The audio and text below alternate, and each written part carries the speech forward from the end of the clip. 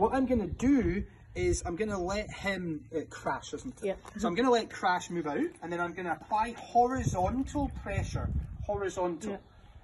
And the tiniest pressure. And when he puts his seatbelt on, ding, ding, ding, when he moves towards me, I release the pressure and go, good job, follow me, crash, whatever, right? I'm just going to do a wee bit of that till he goes, I know how to switch this off myself. And I go, good. Okay. So, pressure, crash, come. Yay, good job. And what you'll start to see is, every time he feels the prong, crash, come. Yeah, good job. Is the tail will go up, okay? Here, boom. Yes, good job.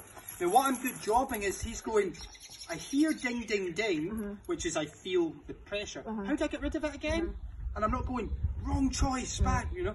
I'm going, let me help you. Yeah. So what you start to see is you actually start moving with me before there's any dinging.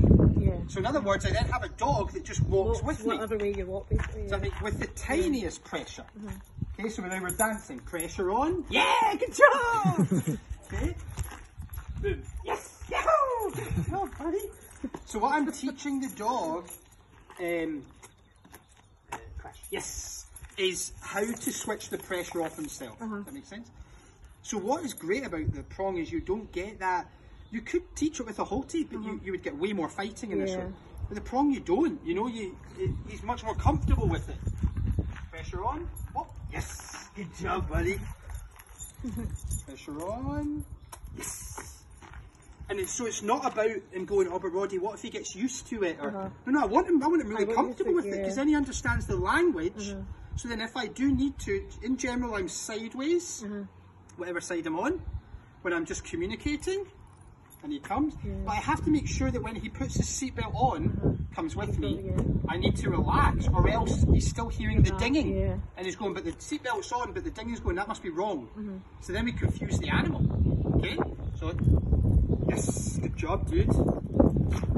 So if I have then taught the dog the prong, and the dog already comfortable with the prong, I now can hold him to a certain extent accountable for when he goes. Right now he has no relation to that between me and dogs. He still just goes, oh, dog, yeah, I'm gonna go. But when I'm stopping a behaviour, I more do a 12 o'clock pop, up the way pop, never back the way. Okay, this is for when it's on a harness and a bungee, pull me up the hill. Never pull back the way, either sideways or even at an angle, or ultimately you're kind of going more towards the centre if you're correcting behaviour. So here, pop kind of snaps the dog out of that state of mind. Okay? So I'm just going to see his reaction to meeting the dogs, right? And I'll control that. Now the great thing is, because he's on a prong, with really little physical, I'm zero concern. Even if he was the most aggressive dog in the world, he physically couldn't pull me to the dogs because he's on a prong as well.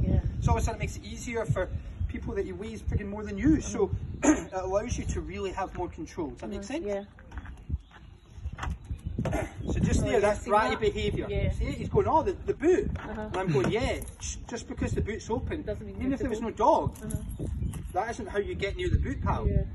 So I would also use that at my front door. So when the door's about to open and he's about to jump on friggin' Auntie Jean, I would stop and pop, like, hey. He just didn't, oh right, I didn't know. Okay? I'm not ruining a relationship in any way. He just goes, oh yeah, got you. Does that make sense? Yeah. Okay.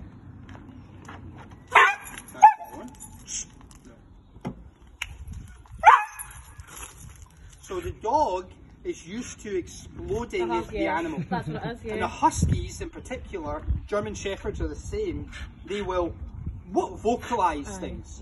So because he physically didn't have the power to drag me into the dog, just the tiniest pop, he's like, okay, I'm not.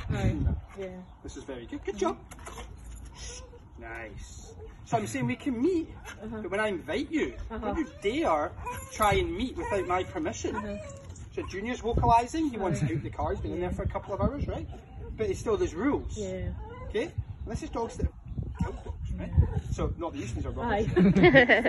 Right? So the key thing is, I might want to do A, but there's consequences if I do it. Now the consequences, if I want it, the consequences are good. If they do something I don't want, the consequences are not good. So what I'm just saying is, This is the new baby in the car seat that's coming in the house. Yeah. And I'm going, the first thing, mate, Aye. respect it. Yeah. Once there's respect, we will build trust. Yeah. But right now, like, I trust this dog with dogs more than you do, right? So, because I've got more respect from the dog. Yeah. Does that make sense? Yes. So, I didn't tell him to sit. He sat because he calmed down. He went, so I'm like, good job, that's better. So I'm just going, but that was the wrong choice, mate. Yeah. We're not smoking anymore. That's the cigarettes. Yeah. So I got a bit of whoa, Aye. right? And personally for me, is doing rehabilitation, I personally, and I say this, I love that. I love that squeal. Yeah. 'Cause it means I'm getting the attention. It's not upsetting him in any way, but it's getting his attention. Yeah. So I can guide him, move him, so much so much easier. Makes it much safer between him and the dog. Because I'm focusing on not disciplining the body.